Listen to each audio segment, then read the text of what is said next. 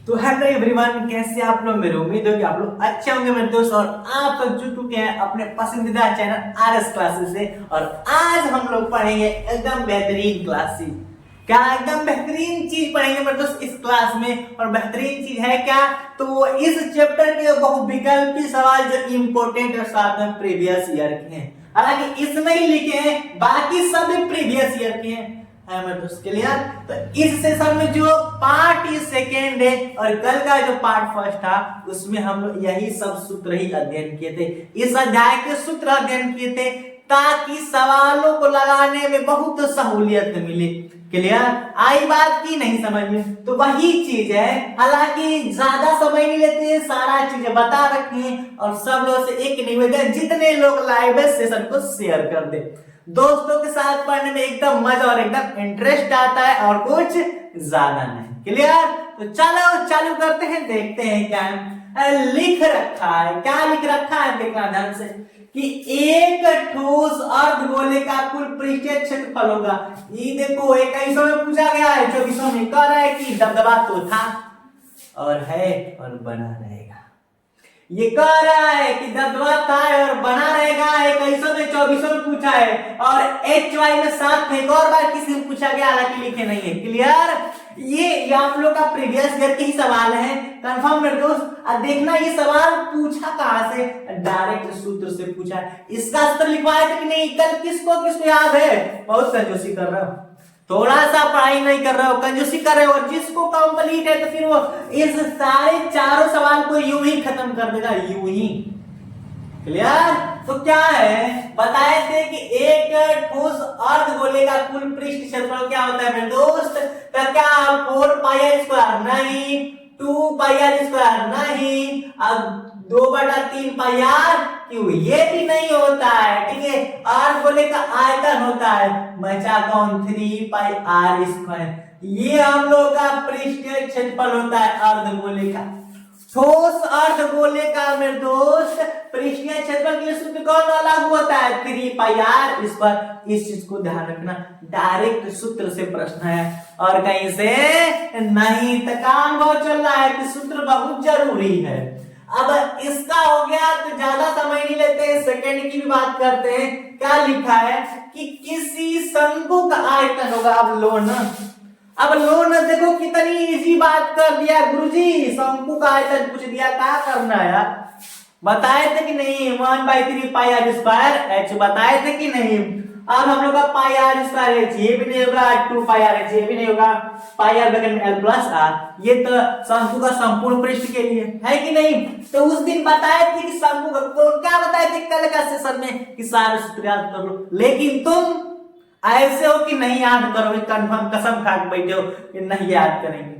अरे भाई याद कर लो, एग्जाम पास आ गई है। अगर सारे सूत्र याद है तो फिर कुछ क्वेश्चन ऐसे भी जो सूत्र के आधारित है, वरना हम डायरेक्ट सूत्र बताना नहीं सिखाते कैसे बनता है, लेकिन याद करना बहुत जरूरी है कुछ भी। तो ये ध्यान रखना कि किस शंकु का आयतन के लिए सूत्र कौन लगता है, तो 1/3 पाई r स्क्वायर h। क्लियर, शंकु बताए थे कैसे कैसे होता है, पार्ट सब कुछ अच्छे तरीके से देखा था। तो क्या होगा, 1/3 पाई r स्क्वायर h होगा। क्लियर, जस्ट ये हम लोग का दूसरा हो गया साइड वाला। तीसरा देखते कि ये क्या पूछ रखा है, लिखा है मेरे दोस्त, बेलन का वक्र पृष्ठ ज्ञात कीजिए। आप लोग कुछ बताए थे कि बेलन कैसा होता है।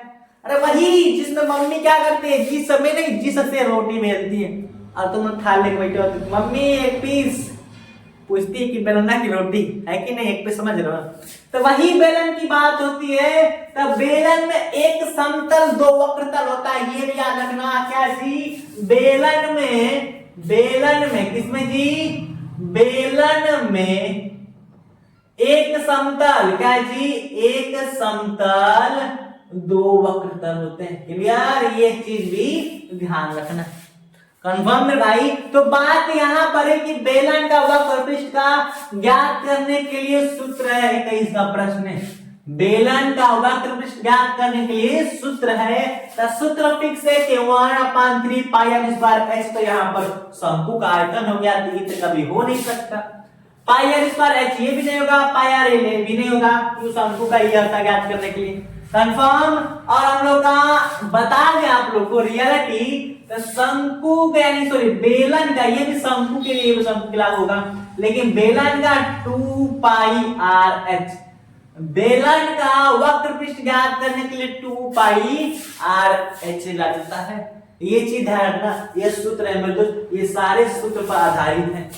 किस पर आधारित है? सूत्र पर आधारित है। तो ये चीज ध्यान रखना, सूत्र तो बहुत जरूरी है। क्लियर? हर बार कर एक बार और कर दी। तो ये था 3 को प्रश्न। अब चौथा क्या कर रहा है गुरु जी? इसमें भी सवाल पूछा है, सूत्र है कि सवाल है, पढ़ने में पता चलेगा। देखो ध्यान से, यदि शंकु की तिर्यक ऊंचाई, बस बस बस बात आ गई। उस दिन हम बताए थे, उस दिन नहीं कल ही बताए थे तिर्यक ऊंचाई, और ये सवाल शंकु का है। कैसे कि अब उस दिन बताए थे चित्र बनाकर, ऐसे यहां पर हो गया और ये ऐसे होता है। क्लियर? और जो ये वाली लेंथ होती है इसको बोलते हैं हम लोग एल। एल का मतलब होता है लेंथ यानी कि तिर्यक ऊंचाई। तो एक चीज ध्यान रखना, तो कहा यदि शंकु की तिर्यक ऊंचाई यानी कि एल का मान दे दिया है 5, ऊंचाई 5 सेंटीमीटर तथा त्रिज्या आर का मान दे दिया है 3 सेंटीमीटर, तो ऊंचाई ज्ञात कीजिए, यानी कि एच का मान पूछ रहा है। क्लियर? तो अब मेरे बाबू ध्यान दो, बताए थे कि एल बराबर और रूट में H square plus R square होता है कि नहीं है? अगर ये बताओ, अब इतना चीज हो गया, डायरेक्ट रखते नहीं, देखो ध्यान से। अगर यहाँ पर एल का भी स्क्वायर कर दें, अगर हम एल का स्क्वायर कर दें और रूट में H square plus R square, इसका भी होल स्क्वायर कर देंगे कि नहीं? तो अब देखो ध्यान से, एल की जगह कितना है? 5 है, तो 5 का स्क्वायर हो जाएगा, इससे ये खत्म हो जाएगा, काम खत्म। तो क्या बचा? H square plus R square. तो आर की जगह कितना है? 3 के स्क्वायर कितना होगा? तो 3 स्क्वायर डायरेक्ट 9 लिख देंगे, और यहाँ पर डायरेक्ट हम 25 लिख देते हैं, कोई समस्या नहीं होगा। क्लियर? क्या लिख देते हैं? 25, और ये 9 इधर आएगा, तो 25 minus 9 equal to H square. अब हमको ये बताओ, 25 में 9 घटे कितना बचेगा? 16 इक्वल टू एच स्क्वायर। अब बताओ 16 क्या लिख सकते हैं? 4 का स्क्वायर और इक्वल टू यहाँ पर एच स्क्वायर है, स्क्वायर से स्क्वायर खत्म, एच इक्वल टू कितना आया? तो 4 आया मेरे दोस्त, यानी कि मेरे बालक।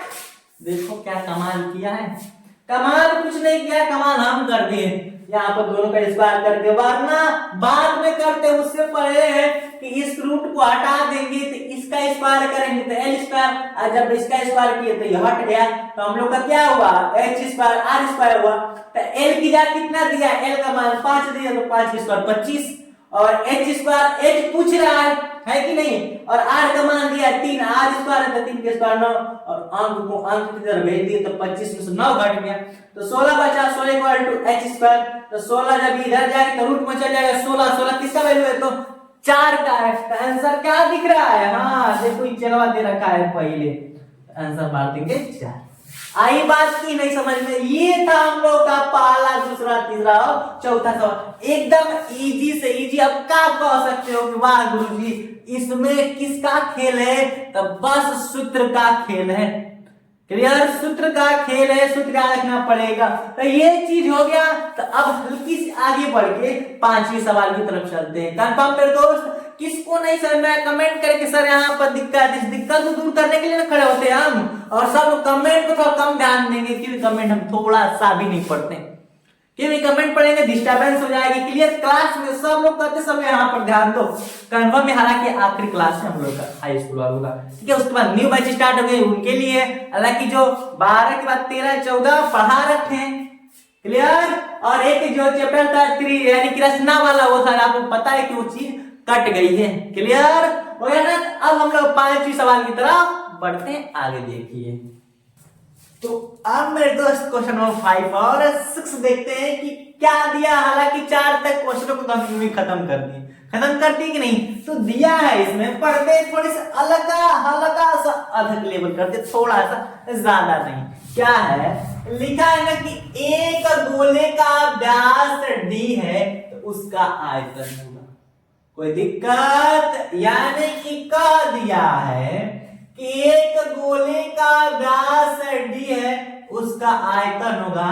तो पहले बात की सॉल्यूशन हम कर रहे हैं, तो उसका आयतन होगा किसका जी, गोले का। तो ये बताओ गोले का आयतन होता क्या है, गोले का आयतन क्या होता है, तो 4/3 πr³ यही ना होता है कि नहीं। तो 4/3 ठीक है, पाई की जगह 22/7 रख देंगे, ठीक है। आर चाहिए कि नहीं, आर यानी कि त्रिज्या चाहिए, और त्रिज्या व्यास का आधा होती है। क्या होती है, व्यास का आधा।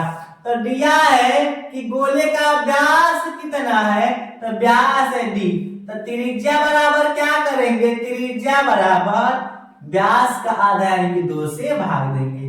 तो त्रिज्या कितनी आ गई, d/2। तो कुछ नहीं करेंगे, रखेंगे। तो अब बताओ 4/3 पाई जब पाई रख दिए, अब गुणे आर की जब क्या रखती है, d/2 का होल क्यूब। क्लियर। तो 4/3 अब पाई की जगह पाई, डी का क्यूब करेंगे, डी हो जाएगा 2 क्यूब कितना हो गया 8, और 4 एकम 4 और 4 दूना के 8, यानी कि हम लोग का 2 3 6 हो गया, यानी कि पाई डी क्यूब बटा में 2 3 6। क्लियर। तब पाई डी क्यूब बटा में 6, यानी कि ऊपर कुछ तो ये तो हो ही जाएगा, कोई दिक्कत नहीं है। तो इसको हम चाहेंगे तो लिख सकते हैं 1/6, 1/2 3 6 अब पाई और डी और क्यू। हालांकि जिस तरह एग्जाम क्वेश्चन का आंसर दे उस तरह लिखेंगे।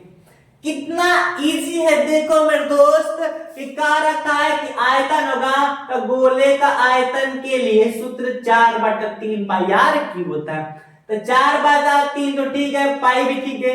आर चाहिए कि नहीं, तो आर ना देकर व्यास दिया है। हम लोग को पढ़ाया गया है कि व्यास का आधा ही त्रिज्या होता है, तो आधा का मतलब 2 से भाग दे दिए, तो 2 से भाग दे दिए डी में, तो त्रिज्या कितना हो गया है, d/2। तो वही कर दिए, 4/3 पाई रख दिया, और आर की जगह क्या रख दिए, d/2 पर 3।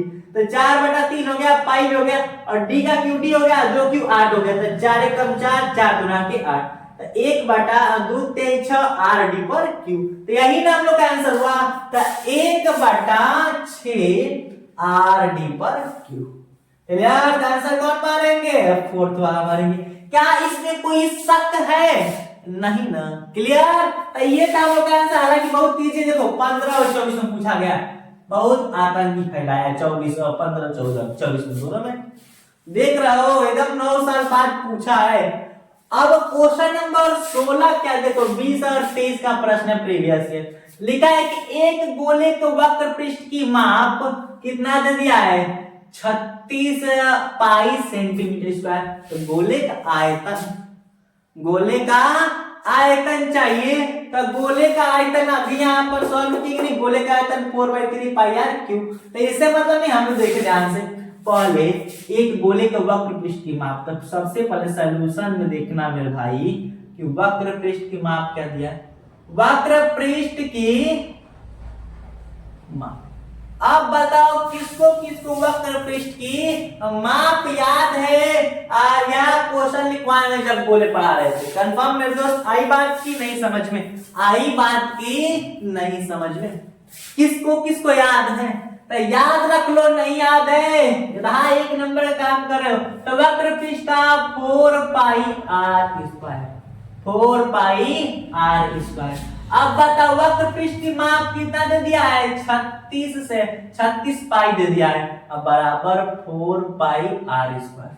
पाई से पाई खत्म, 4 9 36, 9 इक्वल टू आर स्क्वायर। अब इसको हम लोग लिख सकते हैं 3 का स्क्वायर अब बराबर आर स्क्वायर।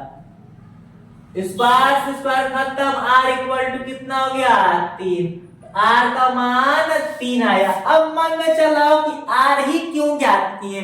तब मेरे भाई अब हम लोग को सवाल में पूछा क्या है, सवाल में पूछा है कि गोले का आयतन ज्ञात कीजिए। क्या ज्ञात करना है, गोले का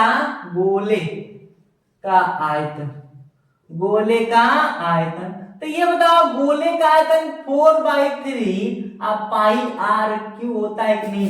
यहाँ पर 4/3 ठीक है, पाई भी ठीक है, आर चाहिए कि नहीं, तो इसीलिए यहां से हमको आर मिल जाएगा। तो क्या करेंगे 4/3।